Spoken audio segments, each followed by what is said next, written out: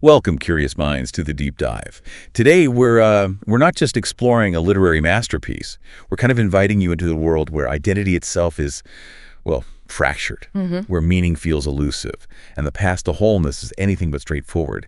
Get ready for a profound journey, really, into the depths of a complex individual grappling with existence itself. Yeah, it's raw, it's messy. Exactly. And our mission today is basically to unpack his core lessons, make these, sometimes difficult insights easy to understand, maybe even entertaining, and most importantly, show you how these revelations about self, society, sanity, how they can actually be implemented in your own daily life. That's the key, isn't it? We're talking about Hermann Hesse's Steppenwolf. And like you said, this isn't your average light read. It's a really profound, almost unsettlingly personal exploration of self-discovery. Unsettling is a good word for it. Yeah, it lays bare these internal battles that, honestly, many of us face in our own lives, whether we consciously recognize them or not. It's a deep dive into the human condition through the eyes of this really unique protagonist. Absolutely. And to help us navigate this pretty intricate narrative, we've thoroughly steeped ourselves in the source material. We've pored over the editor's preface, which is quite insightful. Definitely. Delved deep into the protagonist's own tumultuous, often contradictory notes. Oh, the notes are fascinating. Yeah, and extracted wisdom from the translators afterward as well. So together, these give us multiple lenses, different perspectives, right? To understand our subject, Harry Howler, or as he's more famously known, the Steppenwolf. Right. So let's dive in. Let's try and distill Harry Howler's insights and show you how they might just illuminate your own journey, maybe help you navigate your inner world with a bit more clarity, and perhaps, a lot more humor. Definitely need the humor. Okay, so to really start understanding this enigmatic figure, Harry Howler, we first have to see him through the eyes of the narrator. This is the landlady's nephew, our initial guide. Right, the first impression. Exactly. Imagine this man. He's nearing 50. He arrives at this rented room in an old, very respectable house. Before he even says hello properly or anything, he just lifts his head, described as angular, close-cropped, and he sniffs the air, like his nose is twitching nervously. It's such a weird detail, isn't it? Sniffing the air. It really is. And then he says, with this peculiar smile, polite, but also kind of amused, it does smell good here. I mean, that immediate impression, as the narrator points out, was just utterly odd, contradictory from the get-go. That opening scene is incredibly telling. It just instantly signals that Harry Howler is, well, he's unlike anyone the narrator or probably the reader has encountered before. Yeah, set the tone. He seemed polite, friendly enough on the surface, right? Agreeing to the room, the rent, breakfast price, all seems easygoing. But underneath, there was this unmistakable air of something. Alien. Even a quiet hostility, maybe. Detached. Detached, exactly. He appeared remote, as if he found the whole thing speaking German, renting a room, these normal human things, kind of comical, almost beneath serious consideration. Like it was a strange new activity for him. Yeah. Suggesting this deep, almost unsettling detachment from the everyday stuff we all do. And this detachment, it wasn't just psychological, it was physical too. The narrator notices his considerable struggles. Just climbing the stairs to his attic room was often a real ordeal for him. Slow, laborious. Yeah, hinting at something deeper than just being unfit, a deeper malaise. And he often mentioned being plagued by other infirmities. He flat out confessed he hadn't digested his food or slept properly for years. And these weren't just passing complaints, right? They were chronic, woven into the fabric of his life. Exactly. Chronic conditions. What's fascinating, though, is how these struggles contrasted so sharply with his really peculiar habits. Especially food and drink. He was totally irregular, capricious. All over the place. Totally. Some days, nothing but coffee, maybe a tiny sandwich. Other days, he dined lavishly in good restaurants or just small pubs, downing wines quickly like he knew what he was doing. But never seemed drunk. Never really drunk, no. This irregularity, this lack of any predictable rhythm, just cemented his enigmatic nature for the narrator. And that creates this central enigma, doesn't it? Harry Howler. On one hand, he's respectable, his appearance, his choice of this quiet bourgeois place to live, his intellectual side. Right, the writer, the thinker. But on the other hand, he's utterly bohemian in his habits, chaotic in his very being, perpetually at odds with the settled world around him. He's just a walking contradiction. Leaving the narrator and us constantly questioning, who is this guy? What makes him tick? He really is that visitor from an alien world, finding everything both attractive and simultaneously comically absurd, never quite at home anywhere. Okay, so we have this initial kind of jarring impression of Harry Howler. Now, let's try and unpack this peculiar man further. Let's dive into the powerful, almost self-imposed identity he embraced, that moniker that defines him. The Steppenwolf. Yes, the Steppenwolf. The narrator, our initial observer, eventually decides this is the most apt and accurate word for such a phenomenon. It's a fascinating choice, isn't it? That label. How does that imagery really capture his inner and outer world so well? It's brilliant symbolism, really. Just picture it. A stray wolf of the steppes, wild, untamed, solitary by nature, Right. suddenly dropped into the herd of city dwellers. That image immediately brings up his wary isolation, that deep-seated wildness in him, the restlessness that just constantly drives him. His homelessness. His fundamental homelessness, exactly. And yet, paradoxically, this profound yearning for a true home, it's an identity he adopts, but one that also, torments him. It's both a shield and a constant reminder of how alienated he feels. And that torment, as the book describes so powerfully, it stems from his core internal conflict, this dual nature. He is explicitly partly human, partly wolfish. But it's not like other hybrid creatures the book mentions, like, a human with a bit of fox or dog, where the parts might coexist, maybe even complement each other sometimes. Right. We all know people like that. Maybe their success comes more from the fox than the human. Exactly. But Harry's situation is different, isn't it? It's a crucial distinction, yeah. In Harry's case, the human being and the wolf went their own separate ways, like mortal enemies in constant conflict, each causing the other nothing but grief. Just imagine that. Two distinct, warring factions inside one person. Exactly. It's not a gentle duality, not a blend. It's a brutal civil war within himself. Described starkly as a miserable business, a perpetual state of internal warfare that leaves him just utterly drained, constantly restless. That relentless strife is right at the heart of his suffering. And out of this constant internal battle, he developed what the narrator calls, quite strikingly, a peculiar genius for suffering. That phrase just stops you, doesn't it? It really does. The text says he had, maybe in the sense Nietzsche meant, trained himself to a masterly, limitless, awesome capacity for suffering. He didn't just endure pain. He was, in a really perverse way, a virtuoso of it. He honed it, cultivated it. And what's truly fascinating here is the source of this deep pessimism. It wasn't just general contempt for the world, aimed outward. Not misanthropy. No, it was profoundly, deeply a form of self-contempt. The text really emphasizes that he never spared himself. He was consistently the first target of his barbed remarks, the prime object of his hatred and rejection. Which is such a crucial, maybe uncomfortable lesson for us, right? Often our harshest criticism, our deepest pessimism, isn't aimed at the world's flaws, but inward.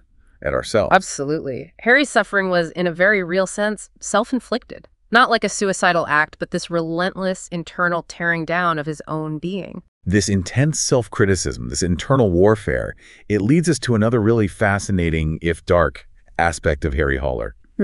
His status as a suicide case. Now, the book is very clear. This term goes way beyond just someone who might actually take their own life.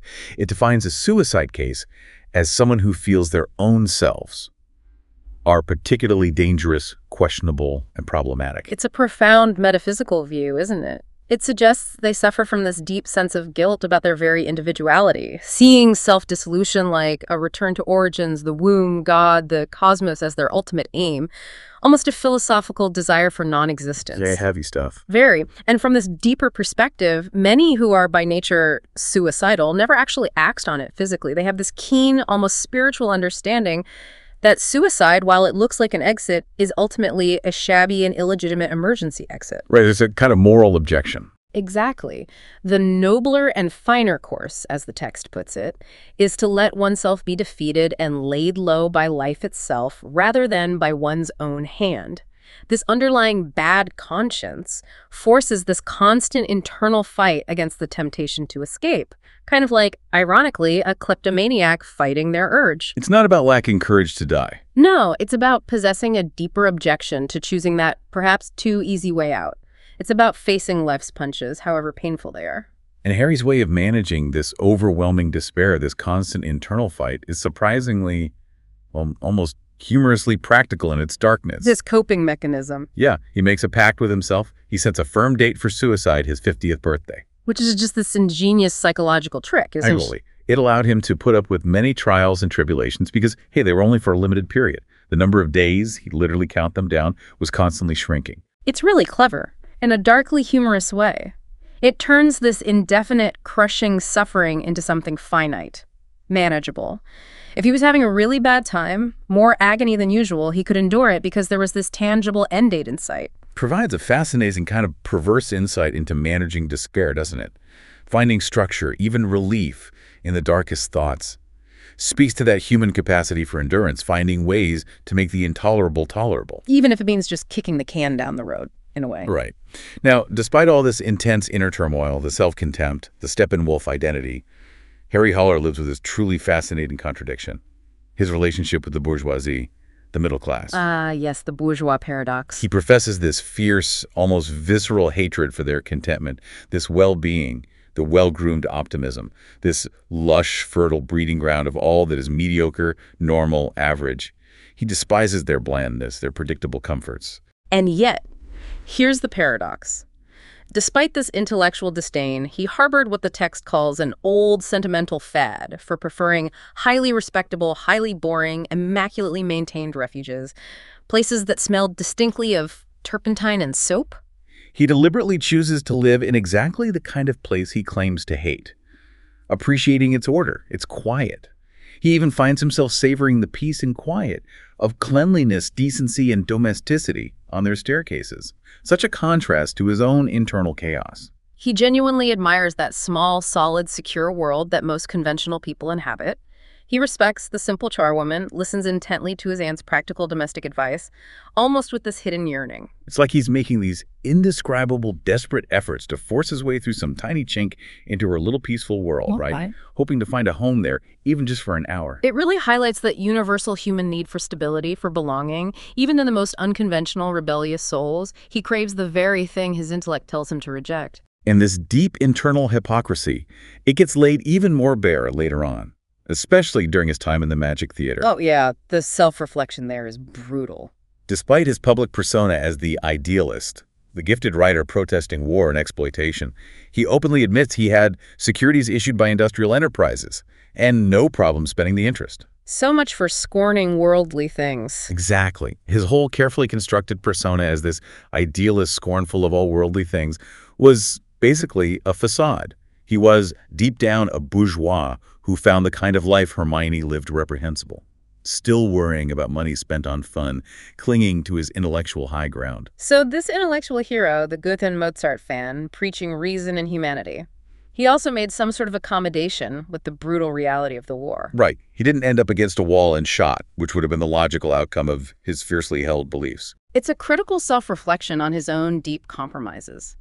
Living a life that, despite all the intellectual rigor and moral noise, was in many ways just a comfortable, hypocritical compromise. A huge gap between his ideals and his reality.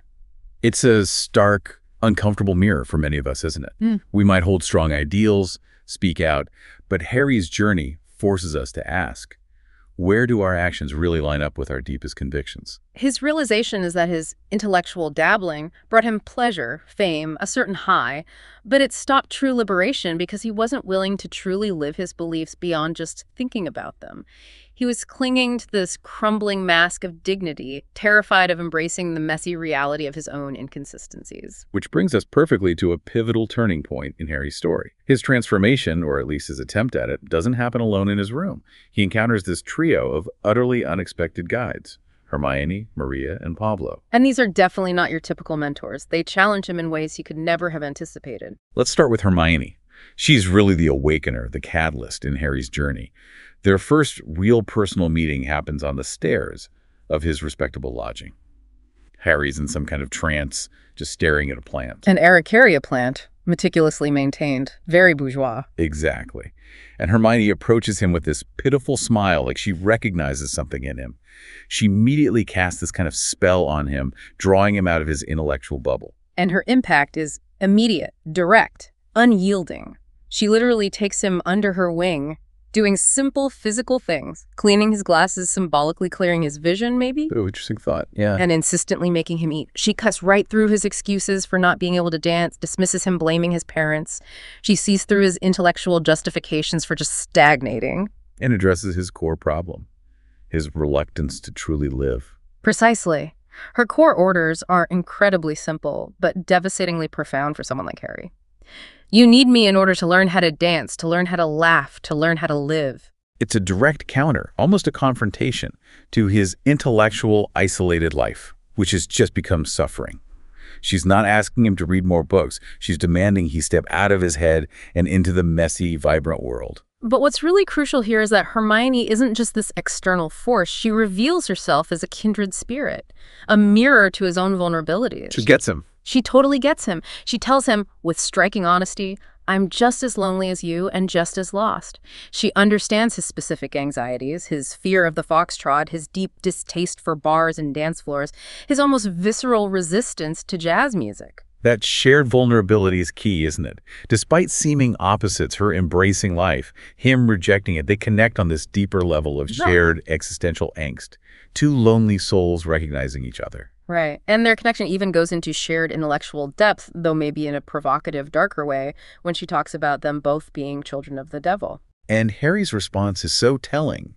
The devil, that's our intellectual faculty, our mind, suggesting this shared, restless, maybe even destructive intellectual spirit that sets them apart from the normal world. Too much in their heads. But then the relationship takes this truly disturbing turn. It raises the stakes dramatically. Hermione reveals her shocking final order. Yeah, this is intense. She intends to make Harry fall deeply in love with her, and then, under her instruction, he will have to kill her. Chilling.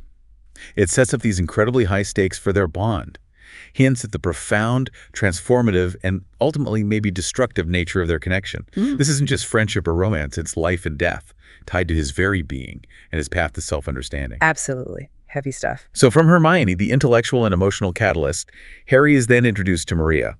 She serves as this direct bridge to the sensual, the embodied, the simple pleasure Harry has denied himself for so long. And Marie's arrival is quite literal and, frankly, pretty shocking for Harry. She just appears, described like a bird of paradise, in his bed, explicitly sent there by Hermione. Talk about direct intervention. Hermione just pushes Harry into experiences he suppressed or viewed with intellectual scorn. Marie's role is basically to teach Harry about the innocence of sexual intercourse, to help him find joy in the most transient of experiences, and to simply be both child and animal. Which is a huge contrast, revolutionary even, to Harry's previous view of sexuality, right? Tainted by guilt, something intellectuals were supposed to guard against or sublimate. Exactly. Maria liberates him from that intellectualized guilt, shows him pleasure for its own sake without needing some deep meaning or profound justification. And Maria doesn't just challenge his sexual inhibitions, she also completely challenges his cultivated aesthetic defenses. Harry is, the connoisseur of high art, Mozart, Nietzsche, the classics. Very refined tastes. But Maria's glowing, childlike emotional response to a popular American song, just a simple, catchy tune, it shakes his rigid ideas about what counts as pure aesthetic experience. It forces him to ask, can beauty, joy, real experience be found in unexpected, maybe unsophisticated places? Or is it only in the hallowed halls of high art? Maria, in her simplicity, just shows him this world of unadulterated joy his intellect had previously walled off. She opens him up. Yeah, cracks those defenses. Finally, we get to Pablo, the enigmatic musician, the true maestro of multiplicity, illusion, and maybe most importantly, humor. Ah, Pablo, the saxophonist Hermione introduces Harry to. Almost mythical figure, right? Described as someone who could play every instrument and speak every language in the world. Maria speaks of him as if spellbound, highlighting his almost magical, otherworldly presence and influence. And Pablo's the one who initiates Harry into the mysterious realm of the magic theater. The invitations themselves are designed to intrigue, to provoke. First, that simple, stark sign. Magic theater admission not for everybody. Sets it apart immediately. And then even more intriguing, with flickering neon letters hinting at something deeper, maybe unsettling. For mad P-E-O-P-L-E only. Right. Setting up the expectation of something unconventional, transformative, maybe even a bit dangerous. A place explicitly for those ready to ditch conventional sanity and rigid perceptions. And Pablo's philosophy, which comes through in their interactions, offers maybe the most profound lesson for Harry's journey into himself. He tells Harry so simply, I can give you nothing that doesn't already exist in you. Powerful. I can open the doors to no picture gallery other than that of your mind. All I can give you is the opportunity, the stimulus, the key. I'm going to help you make your own world visible, that is all. It's such a declaration of self-agency, isn't it? Inner exploration. Mm-hmm. The answers Harry wants, the path to wholeness, they aren't outside him. They're always fundamentally within. Pablo's just the guide, not the creator of the path. Exactly. And this is illustrated so vividly in that pocket mirror scene. Pablo holds up the small mirror, and Harry has to confront his own disturbingly agitated image. Sees the Steppenwolf. Yeah, the wolf image, literally flowing through him, locked in painful combat with the human side. And Pablo just directly, piercingly says, "This is how you have perceived yourself until now." It's a powerful visual metaphor, isn't it? His internal conflict, his self-imposed duality, made visible, undeniable, forcing him to really reckon with his own self-perception. And the Magic Theater, Pablo states it explicitly, has one core purpose: to cheer you up and teach you how to laugh. He calls it plainly a school of humor. Where Harry's invited to perform this little make-believe act of suicide by symbolically destroying his old, rigid personality in the mirror. It's meant to be this critical turning point for Harry's self-perception, a moment to liberate him from his self-serious, self-imposed identity through symbolic destruction and, crucially, through the transformative power of humor. Okay, so we've walked through Harry's strange introduction, his Steppenwolf identity, his deep conflicts, and meeting these three, well, unconventional guides. Now, let's try and pull these threads together. Explore the profound, often uncomfortable lessons Harry learns from this journey through his intricate, labyrinthine inner world. Right. The first big one, maybe the most liberating, is the deconstruction of the self. He initially clung so hard to that simplistic, tormenting idea of being just twofold, human versus wolf. Locked in battle. Exactly.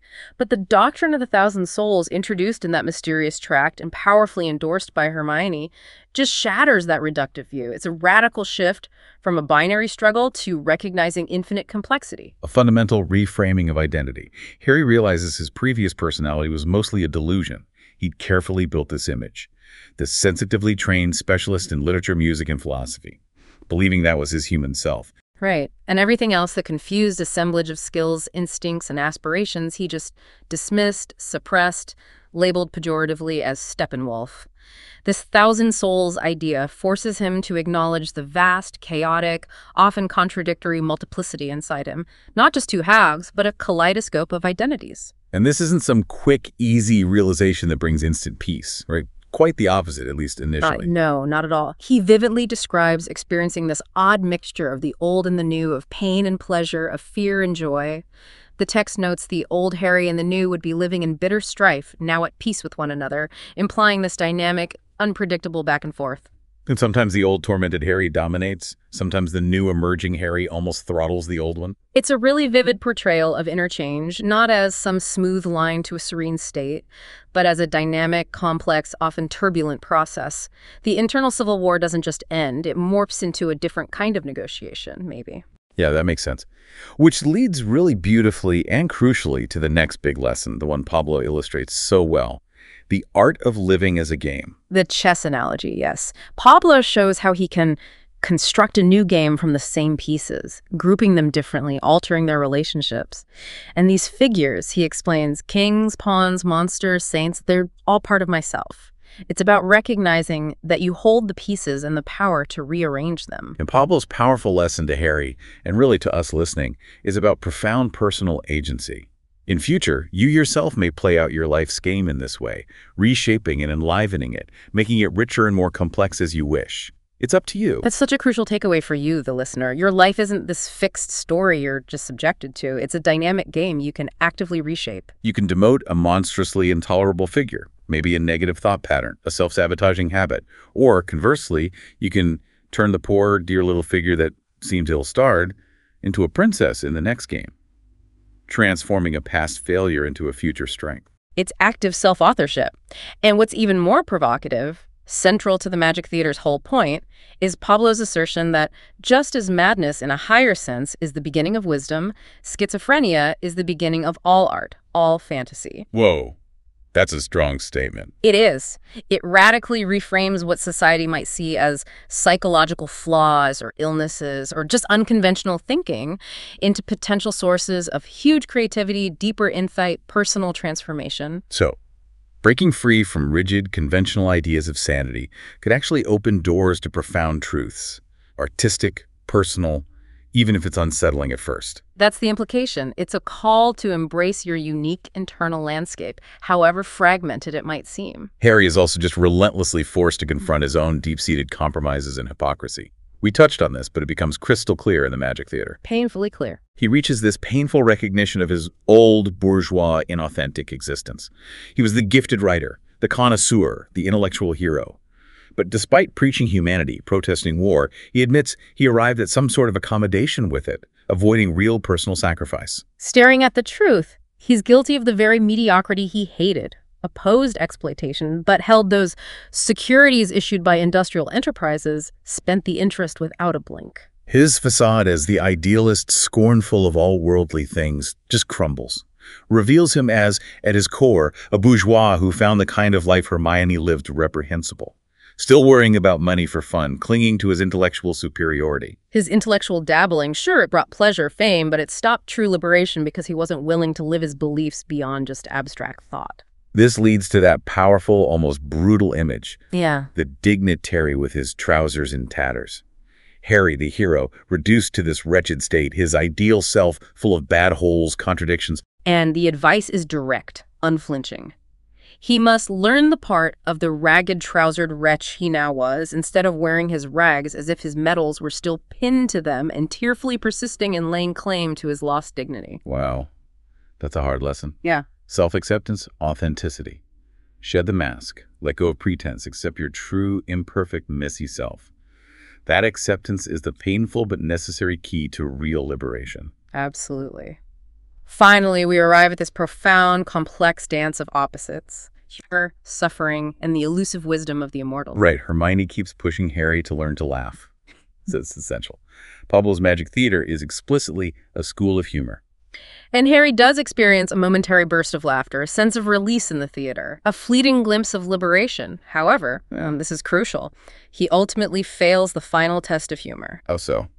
He fails by taking the theater of the Magic Theater, which is designed for symbolic play and transformation, way too seriously. He insists on his execution for the symbolic murder of Hermione, clinging to his dramatic despair, his intellectual rigidity.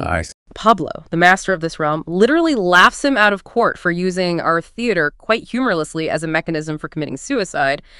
It just highlights how deeply ingrained Harry's self-seriousness, his attachment to suffering, his drama really are.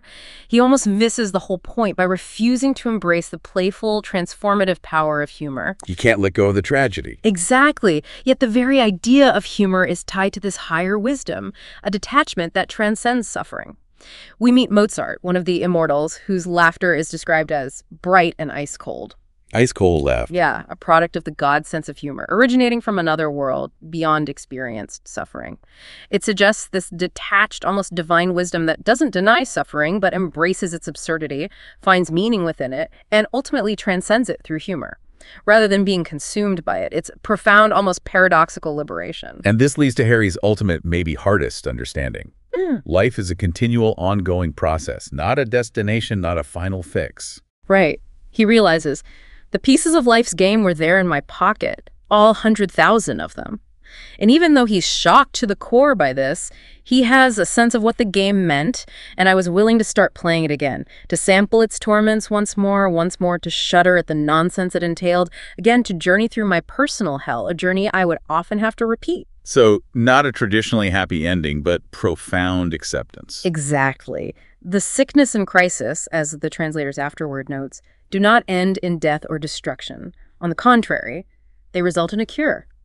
But the cure isn't being fixed forever. It's the continuous process of learning, relearning, falling, rising, embracing joy and torment. The journey into the self is ongoing. Cycles of destruction and rebirth, no final escape, no permanent arrival, just the continuous, courageous act of engagement with life. Playing the game over and over. That's the ultimate takeaway, I think. Okay, so after this intense, really labyrinthine journey with Harry Haller, the Steppenwolf, what does all this mean for you, listening right now? How can you start to apply these profound, sometimes uncomfortable insights to your own daily life? Well, first, let's think about Harry's initial struggle with his perceived dual nature, human versus wolf. He thought he was just these two parts fighting miserably. Right, that simple binary. But the Thousand Souls doctrine just blows that up. It reveals we aren't just two opposing forces, but this complex, dynamic tapestry of countless impulses, skills, desires, even contradictions. So to start embracing your own multiplicity, Yeah. maybe begin by just identifying and acknowledging those suppressed selves within you. Exactly. Maybe it's a creative urge you think is impractical, or a wild, spontaneous side you've tamed to fit in, or a deep vulnerability you hide. True authenticity comes not from getting rid of these parts or labeling them your inner Steppenwolf, but from integrating them into a richer, more complex whole. So think about what aspects of yourself you usually dismiss or hide. What happens if you just grant them space, acknowledge them without judgment? Could embracing your inner chaos actually lead to a more authentic, vibrant self? It's a powerful question to ask yourself. Next, let's revisit Pablo's lesson about the art of living as a game. Manipulating the chess pieces of your own being. Harry learned his life wasn't fixed, but a dynamic chessboard where he could reconfigure things. This challenges you, listening, to view your own life not as something you just endure, but as an active game where you hold the pieces. So to actively author your life, maybe start by identifying those monstrously intolerable thought patterns or habits that currently dominate your inner world. Self-limiting beliefs, chronic anxiety, external influences you let dictate things. And consciously demote their power over you. Right. And conversely, think about those ill-starred parts of yourself or past experiences you've written off as failures. How can you reframe them, actively transform them, effectively turn a poor, ill-starred figure into a princess for your next game? It's about active self-authorship. Recognizing you have the power to reconfigure your inner landscape, consciously reshape how you interact with the world, moving from being passive to being an active, strategic player. Then there's Harry's journey towards finding joy in the everyday, the unexpected. He went from intellectual disdain for anything mundane or popular to genuinely appreciating Maria's simple joy in a pop song or a duck leg. His rigid aesthetic defenses softened. So how can you cultivate more of that childlike emotional response in seemingly ordinary experiences? Maybe it's finding real pleasure in the perfect coffee, a walk in nature, truly connecting in an unexpected conversation. It's not about abandoning depth or intellect, but expanding your capacity for experience, finding beauty and pleasure where you might have previously overlooked it or thought it was beneath you, consciously letting go of cultivated tastes when they just become barriers to simple, real joy. And then there's that crucial, often uncomfortable lesson, confronting your own compromises and finding authenticity. Harry's painful realization about his bourgeois hypocrisy preaching humanity, holding industrial stocks, is a powerful mirror for all of us. Yeah, that one hits home. Where in your own life might you be clinging to a noble facade, an ideal self-image you project, while secretly doing things or holding beliefs that contradict it? Harry's struggle teaches us the profound importance of shedding that crumbling mask, bravely embracing the ragged-trousered wretch, accepting your imperfections, inconsistencies, your messy reality as part of your authentic self. That radical self-acceptance is often the key to true liberation. It's painful, yes, stripping away pretense, but it's real, it's freeing. Absolutely. And finally, consider the transformative, maybe even redemptive value of humor in facing suffering. Hermione's push to laugh, Pablo's school of humor, Mozart's bright and ice-cold laughter from a wisdom beyond experienced suffering. How can developing a genuine sense of humor about life's absurdities, even its deepest pains, be a path to that cool, bright, harshly smiling wisdom? It's not about being frivolous or dismissing pain. It's about finding a higher perspective, some detachment that lets you engage with pain without being totally consumed by it. Finding the ridiculous, the ironic, the profoundly human, even in tragedy. This implies the continuous rebirth, right? Realizing every personal hell is a journey you might repeat, but each time can bring new understanding, deeper wisdom, a renewed capacity for life. And laughter. We've journeyed deep with Harry Howler, the Steppenwolf, witnessed his profound, often tumultuous self-discovery, guided by Hermione, Maria, and Pablo. We've seen him grapple with his fragmented self, confront his compromises, and slowly, painfully, learn to engage with life's complexities and paradoxes in new, uncomfortable ways. So what does this all mean for you, the listener, navigating your own journey? If Pablo's Magic Theater is like a metaphor for your own mind, your inner landscape, what inscriptions are on the doors you haven't dared to open yet? Good question. What hidden souls are waiting inside you beyond the roles and labels you've accepted? And what new games of life are you ready to play? Reconfiguring your own internal figures, your external interactions, to build a richer, more complex, maybe even more humorous reality for yourself. Remember, the journey into the self, with all its paradoxes, its challenges, it's not about finding one single, static answer. It's about the ongoing, courageous act of playing the game, over and over again. No matter how many times you find yourself back in a familiar personal hell. Embrace the game.